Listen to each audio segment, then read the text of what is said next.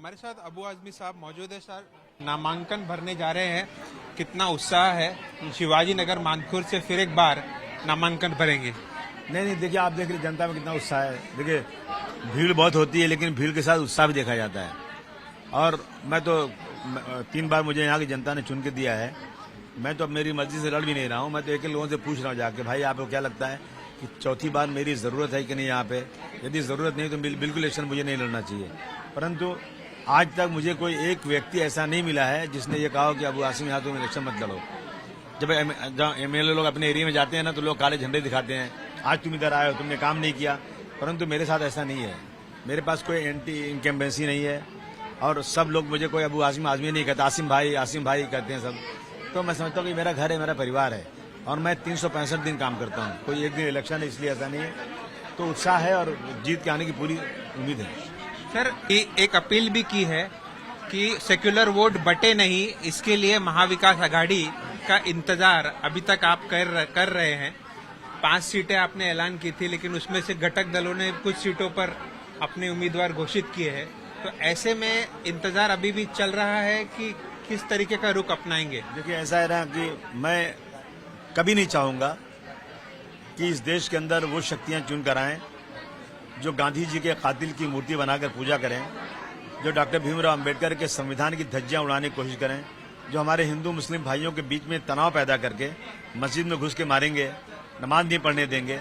ऐसी शक्तियां चुन के ना, इसके लिए मेरी पार्टी छोटी हो जाए।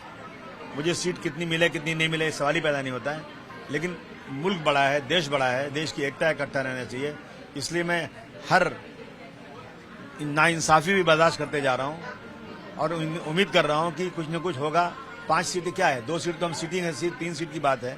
और जहां समाजवादी पार्टी चुन कर आएगी, मेरे घटक दल चुन के आने के चांसेस बिल्कुल नहीं है। मैं उनसे अभी भी निवेदन कर रहा हूं, रिक्वेस्ट कर रहा हूं। मैं कोई गुस्से में 50 सीट 25 सीट जो मैंने बातें की तो कुछ नहीं कर रहा हूं। मैं, मेरी पार्टी श्री अखिलेश यादव जी का ये कहना है कि आसिम भाई, वोट बंटवारा न होने पाए, हम हर दुख सह लेंगे, हर दुख बर्दाश्त कर लेंगे, लेकिन 5 सीट की हम लड़ाई भी लड़ते रहेंगे। और ज्यादा गुस्सा मत करना, लड़ जाना, कम सीटें लड़ जाना, लेकिन वोटों के बंटवारे से बीजेपी को फायदा न होने पाए। लेकिन अभी तक कुछ सामने से पहल की जा रही है, आपसे बात नहीं है? बातचीत हो रही। मैंने अभी संजय राउत जी से बात किया हूँ, उनके भी मुझे नसीम आरिफ क्या को भी फोन आया था वहाँ से, दिल्ली से, वही बात कर रहे हैं। सब लोग बातें कर रहे हैं, सब ये बात कर रहे हैं, हाँ आसिम भाई आपके साथ नाइंसाफी हुई है। जो लोग बैठे थे उन्होंने सारी पार्टियों को बुला बातचीत नहीं किया है। लेकिन ठीक है, ये सब चीजें होती रहती हैं, लेकिन हमें किसी तरह से महाविकास आघाड़ी को चुन के लाना है। इसलिए हम सब दुख, सब नाइंसाफी भी बर्दाश्त करते हुए आगे मुस्कुरा रहे हैं। लेकिन वहीं अखिलेश यादव जी ने भी कहा था कि राजनीति में सैक्रिफाइस बार बार नहीं करना चाहिए।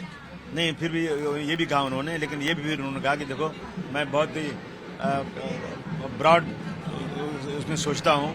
मुझे लगता है कि कहीं ये भी ऐसे नहीं हो जाए कि जैसे और जगहों पर वोट बंटवारे की वजह से चुन कर आए, वो न होने पाए।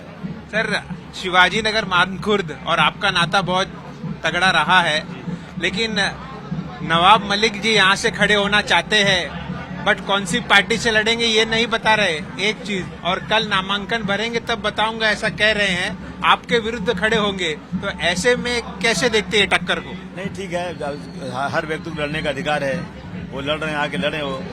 लेकिन मुझे अपनी जीत का पूरा विश्वास है, मेरी जीत होगी। हाँ, वोट कटेगा, वोट कटने से कमजोरी हो सकती है। कोई भी आएगा, एक वोट मिलेगा तो कमजोरी हो सकती है। ये न होने पाए तो कोशिश होनी चाहिए।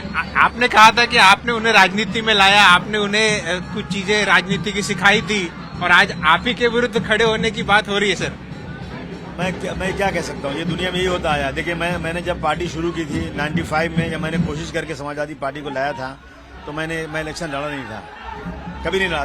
ये सब नवाब मलिक हो गए या असलम शेख हो गए, यूसुफ भाई हो गए, सुहेल लोखनवाला हो गए, मोहम्मद अली साहब भिवंडी हो गए, सबको लड़ाया था। अगर मुझे लड़ना होता मैं भी लड़ सकता था, लेकिन मैं इन सबको लड़ा के पार्टी को मजबूत करना चाहता था। लेकिन जब ये लोग चले गए तो मजबूरन मुझे इलेक्शन लड़ना पड़ा। सर, आखिरी सवाल, फहाद अहमद समाजवादी पार्टी के थे, अब वो एनसीपी शरद पवार गुट के हो गए हैं और अनुशक्ति नगर से चुनाव लड़ रहे हैं, इसमें आपकी सहमति है? नहीं, 100% मेरी सहमति है। मैंने खुद कहा था, सुप्रिया जी से मेरी बात हुई थी, उनके पास कोई उम्मीदवार माइनॉरिटी का ऐसा नहीं था जो उनको लगता है कि हाँ चुन के आ सकता है। तो उन्होंने कहा कि आपका उम्मीदवार है मेरा, और जो मेरा जो निशानी चिन्ह मेरा रहेगा।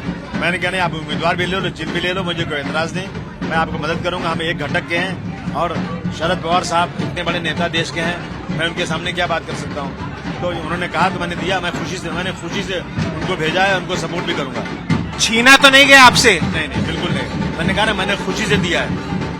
उम्मीद अभी भी कायम है अलायंस एमवीए के साथ? बिल्कुल अभी उम्मीद कायम है, उम्मीद हमारी रहेगी। 29 तारीख की शाम तक उम्मीद रहेगी। 29 तारीख की शाम तक उम्मीद रहेगी, ये कह रहे हैं। He's telling that till 29th of that is Tuesday, he will be waiting for the alliance partner to come and make an alliance with the party of Mahavikas Aghadi, and he is ready to support them and asking for 5 seats, of which Akhilesh Yadav has announced in Maharashtra. For more of such videos, do like, share and subscribe to ET Now Swadesh.